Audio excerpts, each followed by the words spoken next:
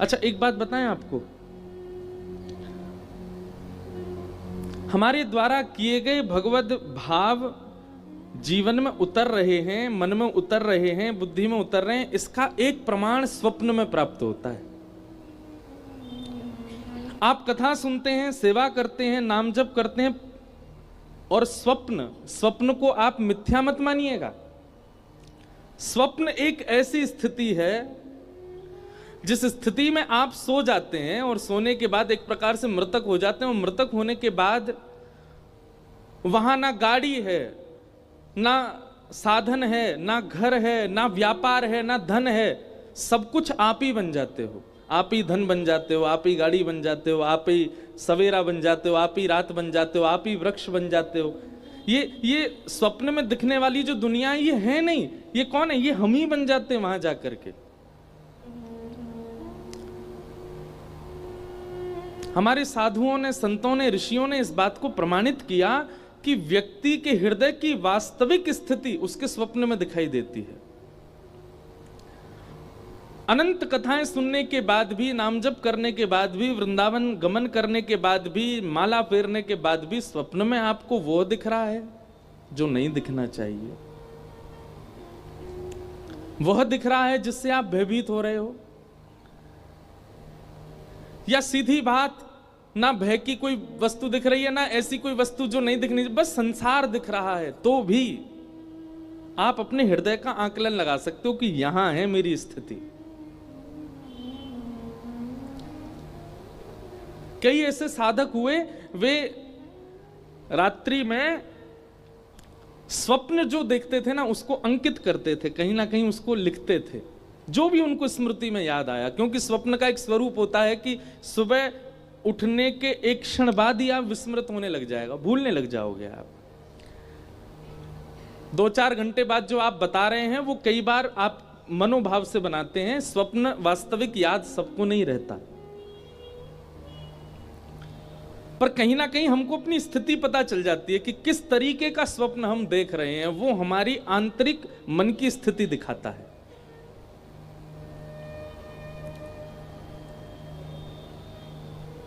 दुस्वप्न आना, बुरे स्वप्न आना, गलत वस्तुओं का बार बार दिखना, भय की चीजों का दिखना, ये एक प्रकार से ये दर्शाता है कि हमारा भजन अभी मन से नहीं बना है, हमारी कथा अभी मन से नहीं बनी है, हम वृंदावन अभी मन से नहीं गए।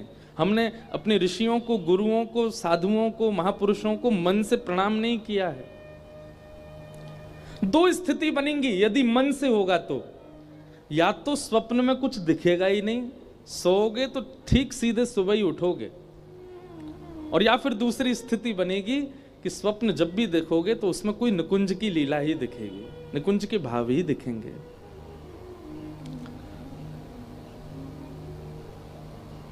कभी वृंदावन परिक्रमा दिख जाएगी, कभी कोई साधु दिख जाएंगे, कभी कोई भाव दिख जाएगा, कभी महादेव, और ये तो विशेष रूप से होगा कि श्री किशोरी जी की, ठाकुर जी की सेवा करने वाले इनको महादेव जरूर दिखेंगे स्वप्न में, और महादेव की आराधना करने वाले इनको युगल सरकार जरूर अनुभव कराएंगे।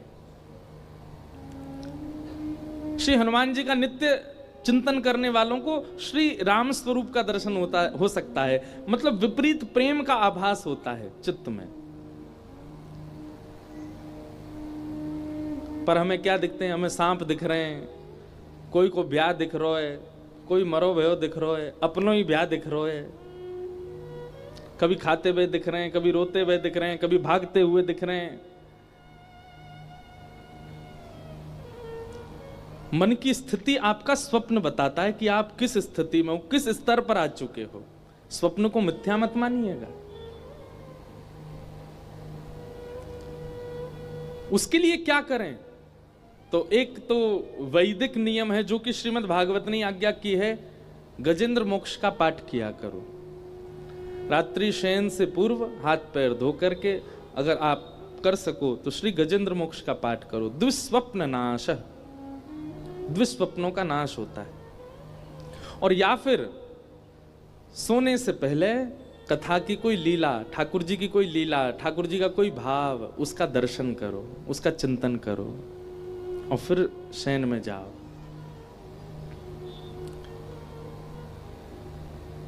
स्वप्न में दिखी, ये सूरदास जी वाणी लिखते हैं, कुम्मन दास जी ठाकुर जी की लीला लिखते हैं, इनको कहां अनुभव होती है ये? या तो स्वप्न में या फिर मानसी में। तो स्वप्न सामान्य नहीं है, स्वप्न स्थिति है आपके भजन की, आपकी मन की, आपकी बुद्धि की। आपके विकार कितने नष्ट हो रहे हैं ये आपका स्वप्न बताएगा।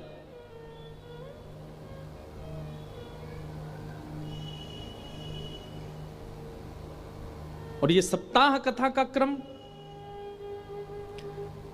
वह स्वप्न आवे जिससे प्रिया प्रियतम का वह अनुभव आभास हो। हमारे वृंदावन की लीला है, श्री बिहारिन देव जी बिहारी जी की सेवा कर रहे हैं, और बिहारी जी की सेवा करते करते बिहारी जी से बस एक ही प्रार्थना करते हैं, कब मिलेगो मोए वो निज वृंदावन। जिस निज वृंदावन में स्वामी श्री हरदास जी विहार कर रहे हैं, जिस निज वृंदावन में सब आचार्य हैं, जिस निज वृंदावन में आप मूर्तिमंत होकर के नहीं चलते फिरते दिखाई देते हो, वो निज वृंदावन कब प्राप्त होगा? और बस बिहारी जी की सेवा करते नित्य यही भाव रखते, कब मिलेगो मोए वो निज वृंदावन।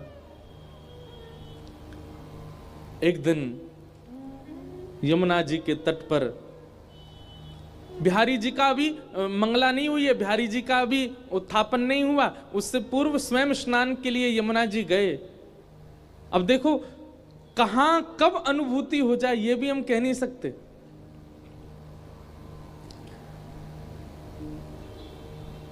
बिहारिन देव जी जैसे स्नान के लिए गए, और यमुना स्नान के बाद जब नीम की दातुन कर रहे थे, और दातुन करते करते करते नेत्र बंद हो गए, और नेत्र बंद होते श्री बिहारिन देव जी निज वृंदावन में प्रवेश कर। अब बताओ कैसी अवस्था, अभी स्नान भी नहीं किया है, केवल मुख मांझ रहे हैं अपना, और उस अवस्था में श्री ठाकुर जी उनको निज वृंदावन में ले गए। निज वृंदावन में क्या देखा? श्री यमुना जी का जल सामान्य नहीं था, है तो सामान्य, पर जब आचमन लेने के लिए उसमें अंजलि में भरते हैं तो ऐसा लगता है मानो केसर युक्त जल बह रहा हो। एक अद्भुत सुगंधी यमुना जी में से आ रही है। अभी के वृंदावन में हमें यमुना जी के तट पर बालू दिखती है, पर बिहारिन देव जी कह रहे हैं कि निज वृंदावन की यमुना जी की बालू तो मणियों की है, रत्नों की है, हीरों की है, मोतियों की है, अद्भुत चमक है। निज वृंदावन में भक्तों के यूथ झुंड के झुंड एक साथ भ्रमण कर रहे हैं। कहीं से बुलावा आता है, अरे ठाकुर जी वहां विहार कर रहे हैं, सबरे चलो, सब दौड़ करके जा रहे हैं और वहां जाकर के ठाकुर जी को दर्शन कर रहे हैं। तभी कहीं से टेर सुनाई दे, अरे जल्दी केसी घाट आ जाओ, केसी घाट पर श्री लाल जी विराज रहे हैं, सब वहां की ओर दौड़ने लगते हैं। ऐसा निज वृंदावन, उस निज वृंदावन में वे सब आचार्य हैं जिनकी हम चर्चा सुनते हैं। मीराबाई हैं, सूरदास हैं, करमेती बाई हैं, कृष्णदास हैं, सब हैं वहां। और तभी बिहारिन देव जी भ्रमण करते करते ढूंढ रहे हैं कहां है श्यामा श्याम। बिहरत लाल अचानक दिख गए। और कैसे दिखे? यमुना जी की तट है, सघन कुंज है, और कुंज में एक दूसरे के गले में गलवैया दिए श्यामा श्याम रमण करते हुए आ रहे हैं। बिहरत लाल बिहारी निदो यमुना जी के तीरे तीरे। बिहरत लाल बिहारी निदो यमुना जी के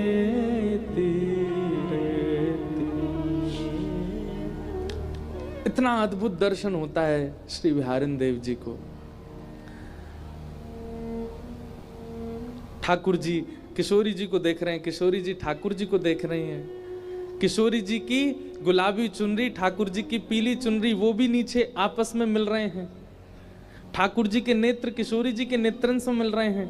ठाकुर जी के कानन के कुंडल किशोरी जी के कानन के कुंडल से मिल रहे हैं, नथ बेसर से मिल रही है, श्रृंगार से मिल रहे हो है। मानो श्री कृष्ण ही एकमात्र किशोरी जी से नहीं मिल रहे हैं, ठाकुर जी के अंग पर विराजमान जितने भी आभूषण हैं मानो वे भी सचल हो गए हों, किशोरी जी के आभूषण सचल हो गए हों, आपस में वे भी मिल रहे हैं, एक अद्भुत छटा का दर्शन होता है।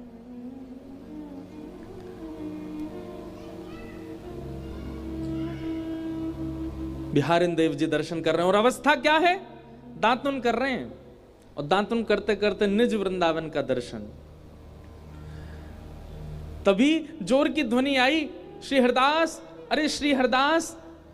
तभी बिहारिन देव जी के नेत्र खुले और नेत्र खोल करके देखा तो वहां तो वो वापस उसी वृंदावन में आ गए और वहां तो सब वैष्णव जन चारों ओर से घेर के खड़े हैं। और बिहारिन देव जी कह रहे हैं, का भयो भैया, तुमने मुझको काई को ध्यान से उठाए दियो। बोले बिहारिन देव जी आप किस अवस्था में चले गए थे? तब बिहारिन देव जी बताने लगे, मैं इस अवस्था में चला गया, पर आप लोग इतने चिंतित क्यों हैं?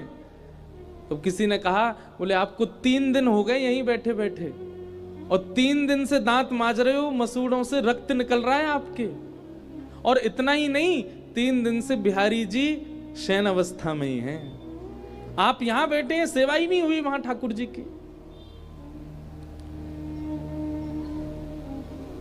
यह है स्थिति। कहां बिहारिन देव जी को कुछ क्षण के दर्शन हुए थे, पर प्रकट स्थिति में वो 3 दिन बीत चुके थे। इन अवस्थाओं तक पहुंचना, इन अवस्थाओं तक हम इतनी लंबी अवस्था में, इतनी श्रेष्ठ अवस्था में तो नहीं जा सकते, पर कम से कम रात्रि में जब अपने देह के अभिमान से शून्य होते हैं, विषय विलास से शून्य होते हैं। बंधुओं एक बात मेरी बहुत ध्यान से सुनिएगा, साधक अगर अपनी निद्रा को पवित्र कर लेना,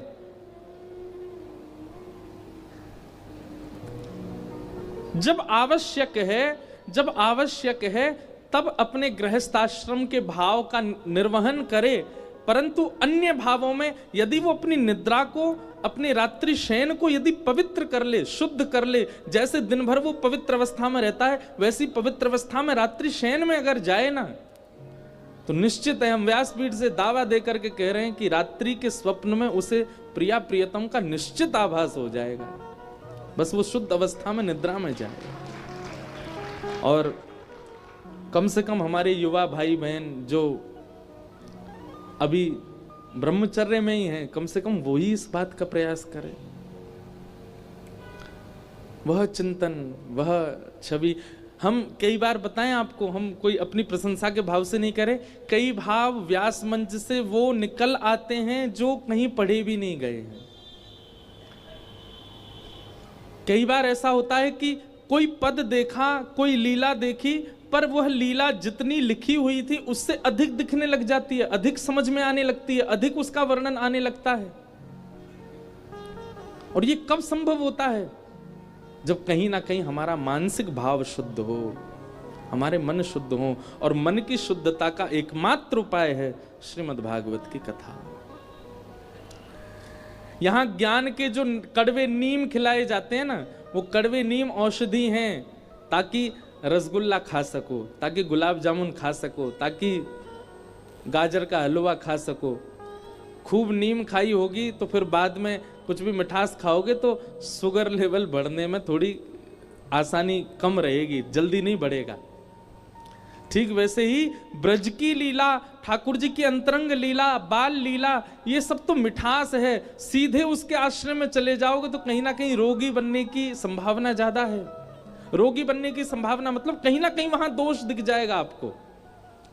लेकिन श्रीमद् भागवत के अनन्य ज्ञान, जहां पर कई भक्तों के चरित्र, कई भाव सुनाए जा रहे हैं, इनका नीम यदि पहले ले लिया होगा तो उस लीला को समझने में और सहजता आ जाएगी। इसलिए भागवत में सीधे लीलाएं नहीं सुनाई जाती, पहले कई भक्तों के चरित्र और कई ज्ञान के प्रसंग सुनाए जाते हैं। तो ऐसी भागवत की कथा हमारे जीवन में आई है, हम उनके आश्रय में रह करके आइए उस स्थिति में पहुंचे कि कभी स्वप्न में ही सही ठाकुर जी का वह साक्षात्कार हो।